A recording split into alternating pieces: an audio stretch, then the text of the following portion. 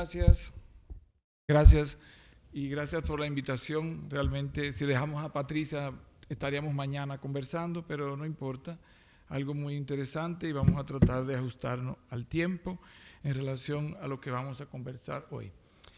Si nos han propuesto hablar de lo que hay de nuevo en relación a los nuevos tratamientos para el negativo, lo hemos puesto como un menú, porque sí, realmente tenemos muchas drogas, no todas disponibles en los países nuestros, y por tal motivo hay como que hacer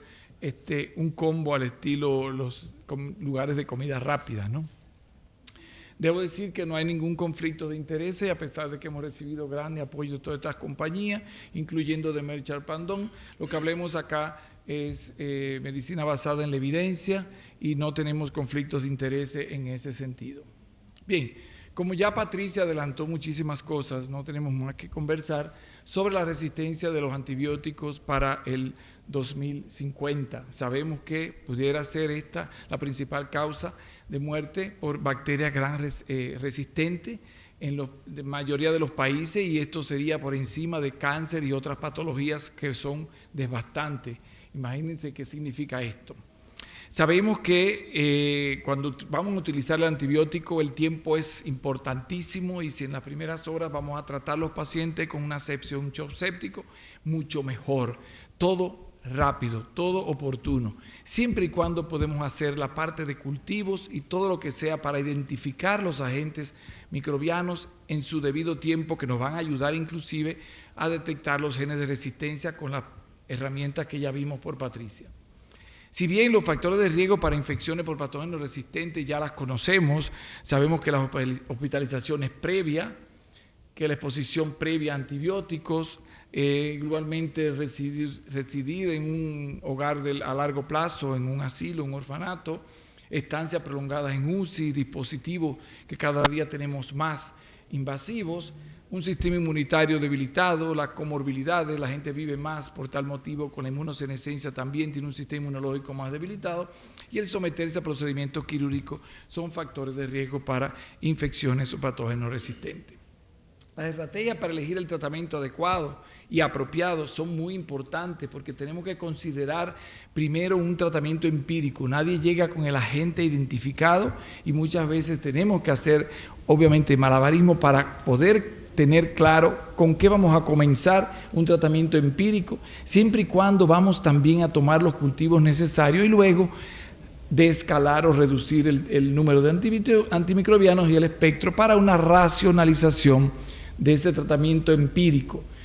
Suspender lo que esté sobrando, optimizar el esquema, si podemos pasarlo lo más temprano posible a vía oral, no hacer esquemas tan largos de tratamiento como antiguamente se preconizaba, y eso nos va a ayudar muchísimo a poder considerar, incluyendo la parte importante en estos países, que es el costo.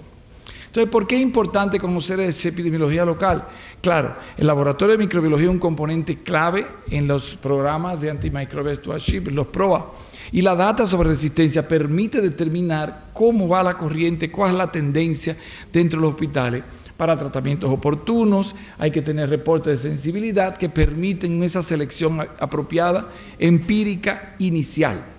Estratificamos los riesgos, claro, para microorganismos multiresistentes, conociendo características basales de los pacientes, las edades, las comorbilidades,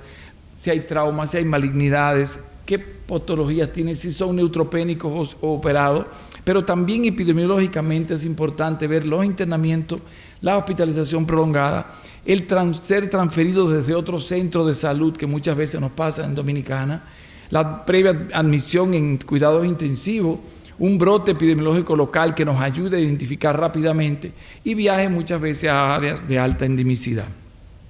Igual la colonización de los pacientes previamente, si están colonizados con cepa productora de beta-lactamasa espectro extendido o con MRSA, esa colonización muchas veces del paciente intubado con pseudomonas a nivel endotraqueal, y el uso de una serie de estos antimicrobianos previo que predispone o que va a inducir a producción de gen de multiresistencia.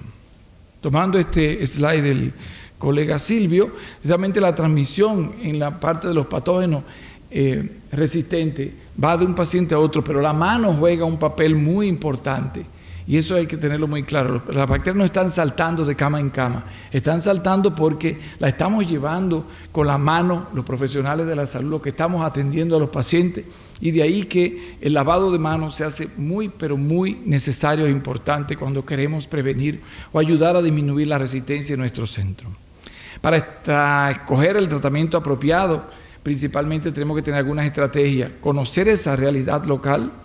también los pacientes que tienen ya previamente tendencia a resistencia, conocer del PROA si tenemos en nuestros hospitales el conocimiento, que se reajusten las dosis y los tiempos y la duración, y obtener cultivos, que es importante siempre que vamos a utilizar una terapia antimicrobiana empírica, especialmente cuando pensemos en multiresistencia, tomar cultivos previos. Y algo serio, que es utilizar medicamentos de calidad,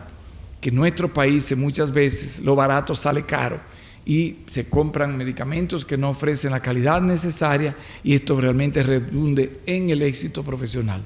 Pero sabemos que el papel juega un papel importante y hay que tomar una decisión rápida para poder atender y tener un éxito terapéutico. Las horas cuentan y el paciente debe ser obviamente administrada el antimicrobiano lo más rápido posible, porque los estudios muestran que en la medida que se avanza la primera dosis de antibióticos después del inicio de sepsis, mientras más tiempo se demora, pues más alta sería la mortalidad en los pacientes. Entonces eso tenemos que tenerlo muy claro. Este estudio nos muestra cómo el efecto en la demora en la administración igual, a medida que pasa la administración de la primera hora, mientras más tiempo pasa, aumenta la mortalidad de 0 a 1 hora 28%, de 1 a 6 horas 37% y más de 6 horas aumenta la mortalidad prácticamente un 50%. Y eso es necesario fiscalizarlo porque en muchos centros que nos pasa en nuestro país, usted puede prescribir y realmente se demora, la enfermera hace no sé cuántas cosas para llevar la administración del medicamento y eso redunda en el éxito. Ese retraso igualmente se ve cuando la terapia es inapropiada, inadecuada versus mortalidad, como el retraso en una terapia adecuada también aumenta el chance de mortalidad en la medida que pasa la hora y que el tratamiento sea incorrecto. Entonces tenemos que ser lo más certero posible a la hora de tratar. Y como siempre, las 5 medidas en la primera hora, pues incluye el uso de antibióticos, pero también la toma de cultivos, que no puede dejarse a un lado. En los países de tercer mundo, la resistencia es importante y tiene un impacto económico y clínico. Y este metaanálisis lo muestra, donde vemos la representación gráfica de la resistencia a los antimicrobianos en los distintos países en ese estudio. Y vemos que todos los países reportando agentes microbianos multiresistentes. No escapa nadie. Y hago una anécdota porque en Dominicana, si vemos esta serie que teníamos del 2009 a 2013, apenas lo que teníamos era HAMC y teníamos beta-lactamasa espectro extendido, CTXM, pero más nada. En ese momento, qué maravilla, eso era lo que teníamos y era lo que teníamos. Ay, sí, una cepa SBL, pero ya hoy en día no necesariamente. Ya hoy, con el estudio ATLAS, vemos cómo se suman los distintos mecanismos moleculares de resistencia en las distintas, incluyendo imipenemasa, y posteriormente veremos cómo ya tenemos, y a partir de COVID, pues ha aumentado no solamente a metaloenzima en muchos de estos pacientes por el uso indiscriminado de antimicrobianos. Con las pseudomonas teníamos un problema muy serio en el Instituto de Oncología, y es que en 2016 tenemos una resistencia alta a los carbapenémicos que conseguimos con un programa de uso prudente de antimicrobianos bajarlo y reducir esta tasa, pero todavía se mantenía por encima de un 15%. Y luego, al llegar el cetolozano etazobactam, que pudimos ahorrar un poco más de carbapenémicos y no tener tanta carga de presión selectiva, pues conseguimos todavía bajar mucho más lo que era la resistencia de las pseudomonas, principalmente a los carbapenémicos. Si vemos esta sensibilidad de ellos, vemos cómo en el 2018 tenemos una resistencia de 2050 y para el 2020 a 9 del meropenem. Igualmente, pero en el imipenem teníamos el 2018 12% de resistencia y para el 2020 aumentó al 19%. Sin embargo, se mantiene para cetolozano etazobactam prácticamente una resistencia cero. No lo mismo podemos decir de ceftazidime-avibactam, porque inicialmente teníamos una resistencia ya en el 18 de 4.17, que ya para el 2020, cuando podemos inicialmente poder hacer el uso prudente de antibióticos, tener el ceftriaxona tazobactam, que ha sido intermitente, valga decirlo, por eso aquí no está en el 2018, conseguimos bajar esta resistencia al ceftazidimab-avibactam a 0. Entonces, yo creo que hay una serie de cosas que tenemos que hacer, y aquí lo notan, miren, la resistencia de las pseudomonas a ceftazidimab-avibactam se mantiene ahora en el 2021 a 1.54, ceftriaxona y tazobactam 0, pero imipenem 16 y meropenem 10%. Sabemos que tenemos pacientes muy complicados, son pacientes de cáncer en el instituto y no podemos jugar mucho ni esperar mucho tiempo y hay que tratar lo más certero posible para disminuir la mortalidad. Vemos como una inapropiada terapia antimicrobiana y la resistencia. ¿Cuáles son los patógenos más importantes? Pues siempre lo encabeza el gran negativo, y ahí tenemos la Pseudomonas aeruginosa como un patógeno que es muy importante tener adecuadamente el trato y el cuidado de usar una terapia adecuada. ¿Pero qué hago? Tengo todo esto, hoy en día cuento con mecanismos que me pueden detectar las resistencias y los genes de resistencia. Lo que ayudo es con los paneles de PCR múltiple, tanto en la parte de sangre como en los fluidos, que podemos tomar muestras y poder procesarlo. A nivel respiratorio podemos tener líquido cefalorraquídeo, podemos tener ese panel de neumonía que nos ayuda muchísimo y que lo vimos en la pasada COVID. ¿Por qué? Porque acortamos tiempo, no tenemos que esperar todos los clásicos tiempos para detección de resistencia con un cultivo, y con los paneles podemos en una hora y 15, poder tener una respuesta con el panel, inclusive con el gen de resistencia. Vemos este estudio en Nueva York, los pacientes que se detectó KPC por los paneles multiplex, se utilizó tratamiento adecuado, como el uso de ceftazidimab-avibactam oportunamente, pues contribuyó a que hubiera una mortalidad baja. Entonces, no es lo mismo tener a mano, poder tener un panel multiplex donde usted tenga la genes resistencia y le esté marcando que usted tiene ya una beta-lactamasa presente en un paciente que, si no se corrige a tiempo, si no tratamos adecuadamente, es un paciente que va a empeorar. Con el COVID vimos mucho esto, vimos las neumonías en los pacientes de COVID, en los paneles de multiplex, cómo teníamos presente allí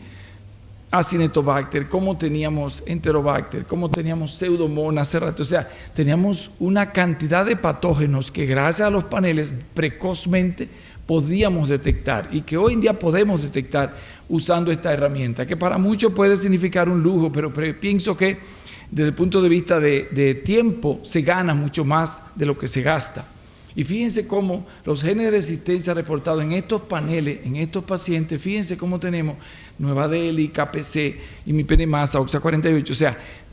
no es el patrón que vimos en aquel reporte de 2009-2013, donde apenas unas HAM6 y apenas unas beta-lactamases de espectro extendido.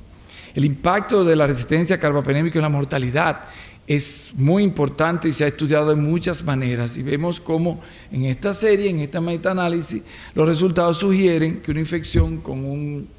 enterobacterial resistente a carbapenémico enfrenta un mayor riesgo de muerte que los pacientes con una infección que es sensible a los carbapenémicos, y una necesidad urgente de desarrollar exactamente nuevos antibióticos que, como bien dijo Patricia, no tenemos tantas moléculas nuevas, y en nuestros países tampoco tenemos muchas de las que vemos en todas las guías internacionales. Entonces tenemos que reflexionar y saber que la resistencia a los carbapenémicos es un reto creciente para pacientes hospitalizados, que hay una diseminación global, no es solamente un país, un lugar, hay una alta mortalidad, es de difícil control y además que no tenemos tantas opciones de tratamiento. Conocemos muy bien los bacilos gram negativos productores de carbapenemasa y ahí están clasificados. Vemos cómo todos, tanto desde el punto de vista de clase y realmente el patrón de la carbapenemasa, que es importante, pero también tenemos que tener los mecanismos, y como mostró Patricia anteriormente, hay muchas recomendaciones que pueden encontrar para la detección. Lo importante es detectar a tiempo cuál es el gen de resistencia de las enterobacteriales o del Pseudomonas o Acinetobacter para inmediatamente poder tratar con éxito. Entonces, muchas guías, muchos manuales, mucha información, pero creo que es importante conocer, y principalmente las Nueva Delhi, todas ellas que realmente cursan con una alta mortalidad, y vemos cómo esta producción, la actividad enzimática, inhibe y trata de romper con todo lo que es estos antimicrobianos, y por esta razón se impone alguna combinaciones de tratamiento, principalmente cuando tenemos métalo, beta-lactamasa, que algunas drogas que no tenemos en nuestros países sí tenemos que asociar muchas veces ceftazidima vivactam con Aztreonam, que a nosotros nos ha resultado. Para otros quizás no es una combinación, no es muy... y en algunos de nuestros países no hay Aztreonam para combinar, pero nosotros básicamente con la métalo nos ha ido muy bien asociando ceftazidima vivactam con Aztreonam. Entonces vemos que ese uso de antimicrobianos, una alta demanda en UCI, ese incremento con tiempo, espectro y duración, pacientes con largo estadía, la resistencia va ganando cuerpo y realmente las guías están ahí. Pero las guías muchas veces son una orientación, porque tenemos que ver primero si no son guías locales hechas con nuestros propios colegas dentro de nuestro ambiente, con nuestra epidemiología, realmente son solamente orientaciones y muchas de las drogas que están allí no las tenemos. Entonces tenemos que trabajar con esas drogas que sí están en nuestro país y con los recursos diagnósticos que muchas veces son escasos, tratar de mejorarlo.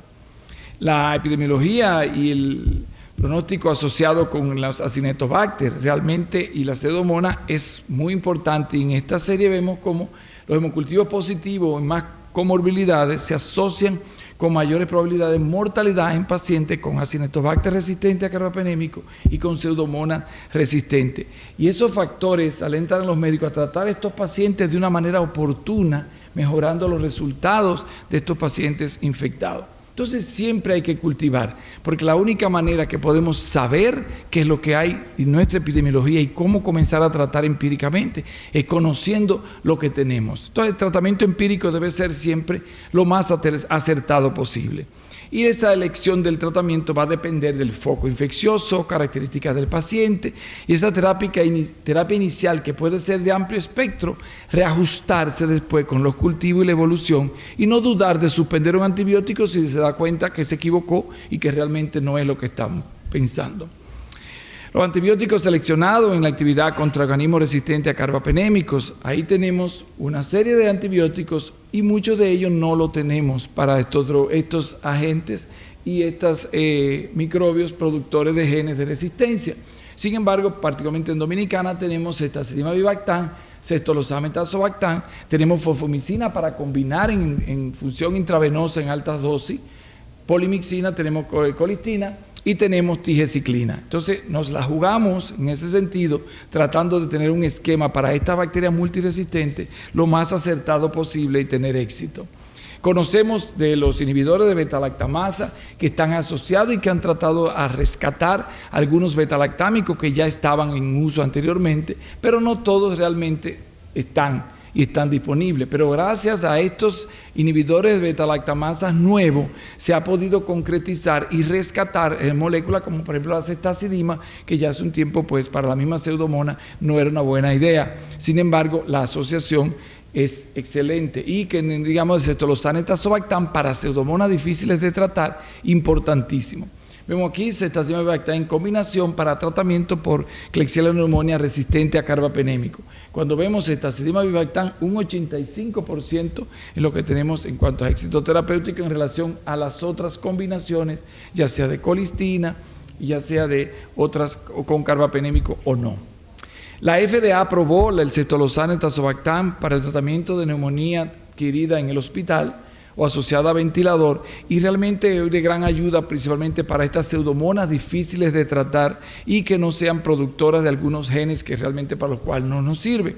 Colocada en cuanto a la plaza como es la terapia, pues tiene un valor especial, primeramente por la localización y por razones importantes. Es que es infeccioso y desde el punto de vista infeccioso tenemos que documentar la Pseudomonas multiresistente, que no es raro en nuestros países, y es que también debemos proporcionar una alternativa a los carbapenémicos para tratamiento de infecciones causadas por cepas BLE, y con esto ayudamos bastante. Algunos microbiólogos no les gusta que se hable de que se puede ahorrar un poco más la resistencia a carbapenémico si utilizamos más cestolosal tazobactam, pero lo que vimos anteriormente cuando comenzamos a utilizarlo debidamente para Pseudomonas y precisamente en pacientes con BLEC, cuando íbamos el resultado del cultivo y habíamos colocado empíricamente, pues nos redujo bastante la resistencia de la pseudomonas a los carbapenémicos. Si buscamos una actualización en el tratamiento de la neumonía nosocomial de UCI, como habla esto, pues obviamente vemos que algunas cosas tenemos que tomar en cuenta a la hora de tratar y a la hora de ver qué es lo que está pasando con el paciente, con la producción de un moco purulento, para entonces conocer a partir de ahí qué vamos a hacer el tratar al paciente por la progresión que tiene y primeramente distinguir lo que es colonización de infección por el paciente que está precisamente en intubación. Este algoritmo nos muestra cómo el tratamiento de la neumonía nosocomial en UCI, con los factores que tenemos, conociendo los mecanismos de resistencia, nos hace mucho más fácil poder escoger hasta empíricamente inicial el antibiótico ideal y después esperar el cultivo y reajustar las dosis y reajustar el tratamiento. Pero es importante conocer que cada droga con cada mecanismo de resistencia va a tener su combo, va a tener su equipo, va a tener la combinación de antimicrobianos para poder asegurar un éxito. De lo contrario, sería imposible y por esa razón cobra tanta importancia conocer los mecanismos de resistencia. Vemos cómo aquí habla del manejo de la pseudomonas y obviamente en el paciente con factor de riesgo y críticamente enfermo, con comorbilidades, factores de riesgo, cuáles serían la terapia empírica inicial para utilizar en neumonía, el ventilador. Ahí tenemos cetolozane tazobactam, ceftazimab-avibactam, los carbapenémicos asociados o no a inhibidores de beta-lactamasa, combinados o no con aminoglucósidos, ya sea o con colistina, fosfomicina. Es decir, que siempre trataremos de ver cuál sería el espectro y qué posibilidad tenemos de tener éxito en la parte inicial. En las guías y en los conceptos vemos cómo los antibióticos, principalmente en el manejo de pseudomonas, aquí como tienen en los casos de pacientes que tienen factores de riesgo y colonización, cómo pasa a tener preponderancia las combinaciones de los cefalosporina con los inhibidores de beta-lactamasa y o, donde no se dispone, pues obviamente asociar la colistina. Y si no hay factor de riesgo, pues pudiera ser tratado con drogas mucho más simples, piperacilina tazobactam o quizás un mismo carbapenémico puede resultar. O por qué no ceftazidime o cefepime si tenemos una pseudomonas en este caso. La guía de la IDSA, y precisamente vimos la 1.0 que habla del espectro de la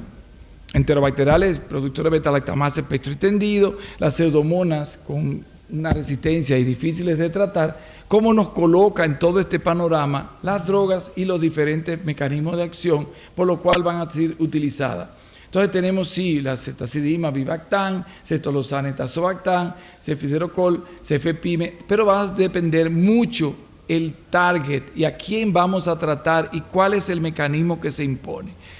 Esto es importante conocerlo y yo creo que esto ha dado un giro importante en el manejo de los pacientes con infecciones, principalmente donde se sospecha multiresistencia, porque nos da una luz, nos da una ayuda importante. Ya en la parte de la guía, en la segunda parte, donde incluye la estenotrofomona, igual incluye cuáles serían las drogas ideales de manejar la estenotrofomona, y ahí vemos cómo tiene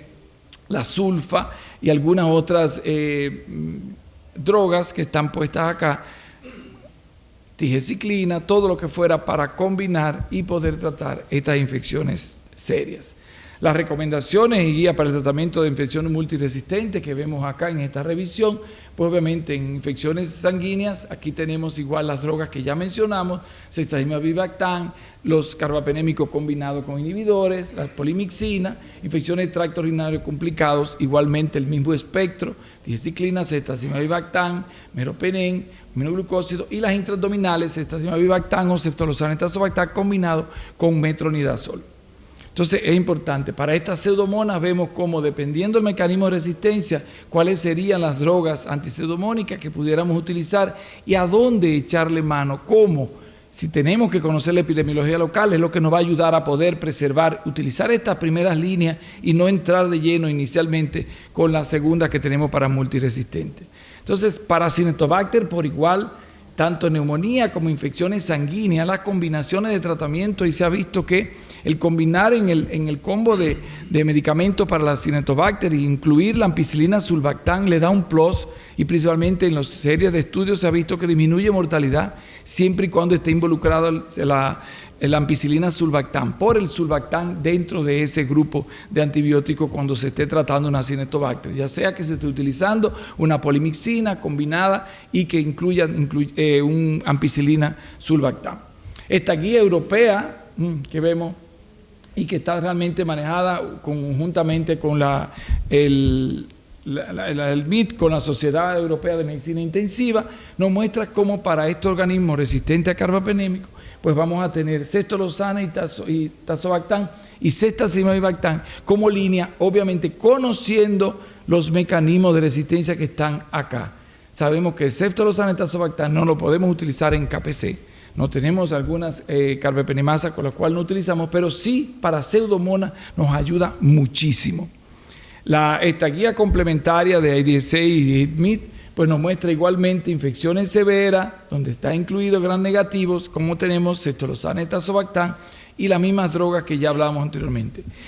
Lo ideal es no quemarlas, lo ideal es usarla adecuadamente para no tener más resistencia, en lo que quizás podamos tener otras drogas más nuevas y podemos tener al alcance un espectro de antimicrobiano mejor desde el punto de vista para tratar. Aquí también lo vemos, el tratamiento de las infecciones graves por Pseudomonas multiresistentes, cómo están incluidas las drogas y cuál sería el porcentaje de mejoría o de erradicación microbiológica cuando estén utilizados ceftriaxona tazobactam o ceftazimab-bactam comparado, aquí está comparado ceftriaxona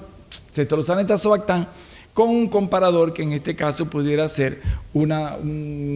droga, una quinolona u otro, un carbapenémico. Realmente vemos cómo la diferencia en la erradicación microbiológica se sobrepone con el comparador en este caso. Entonces, ¿es importante conocer esto? Sí, porque es lo que nos va a dar el traste con que podamos utilizar por más tiempo estas drogas y que el protocolo empírico de infecciones por bacilos gram negativos pueda tener una idea, una guía que podamos utilizar siempre y de la cual nos vamos a estar guiando siempre. Y como ven, todas las guías, por diferentes que sean, países, donde fuera, están muy ligadas y todas, ya no se habla de mi escuela, tu escuela y tu lugar, todo está globalizado y prácticamente son las mismas elecciones de antimicrobianos que vemos en todos los países. Entonces, ¿nos ayuda? Sí. En la actualidad no existe una indicación establecida para este tipo de palosporina asociada a inhibidores de beta-lactamasa en este tipo de pacientes en lo que se refiere a malignidades hematológicas. Sin embargo, vemos muchos estudios donde se ha utilizado, llámese ceftazimab-bactam o ceftriaxona tazobactam, en el tratamiento de malignidades hematológicas y en pacientes neutropénicos febriles. Aunque no es un consenso, aunque no está dentro de las guías, sí realmente es una arma que podemos utilizar y que podemos echarle mano en un momento dado, principalmente los que manejamos pacientes con cáncer e infecciones multiresistentes. Bueno, siempre está luchándose en infecciones multiresistentes, estamos echando el pulso con la muerte porque sabemos la alta tasa de mortalidad que implica el tratar este tipo de infecciones que puede que aún haciendo lo mejor posible no tengamos éxito terapéutico, pero tenemos que ser empíricamente más acertados y de manera apropiada conociendo lo que vamos a tratar. De cualquier manera, lo que se impone y parece que viene más sería el uso de fagos, tal vez desde el punto de vista de combinar fagos con antimicrobianos en estas infecciones multiresistentes, y ya vemos como muchos estudios están saliendo desde el punto de vista de utilizar fagos y antimicrobianos para infecciones de bacterias multiresistentes donde no hay sensibilidad para ninguno de los conocidos anteriormente. Esto es simplemente para dar una pincelada de lo que viene futuramente y de lo que probablemente pueda ser una luz para ahorrar y para poder darle más vigencia a los antimicrobianos que tenemos. Bien, de cualquier manera, la guía para la prevención y el control de organismos resistentes a carbapenémicos están. Yo creo que vale la pena darse una ojeada y principalmente lo que refiere a la prevención y control para evitar que coja tanto terreno para que las bacterias multiresistentes sean las que predominen en nuestro panorama, en nuestros centros de salud. Y obviamente algo importante, el lavado de manos, que no dejo de mencionarlo, porque es una medida barata, económica, y que tiene muy buenos resultados desde el punto de vista de control de infección. En conclusión,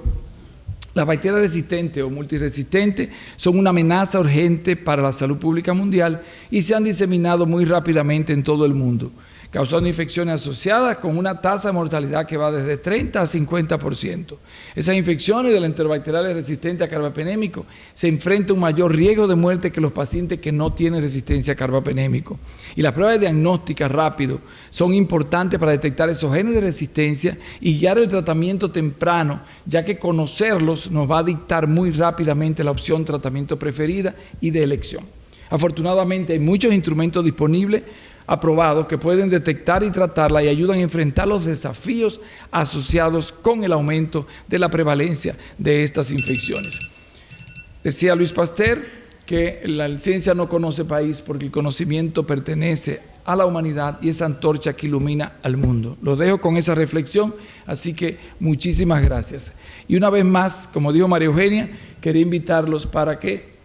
en noviembre nos veamos en el ASENCAI en Panamá. Muchas gracias.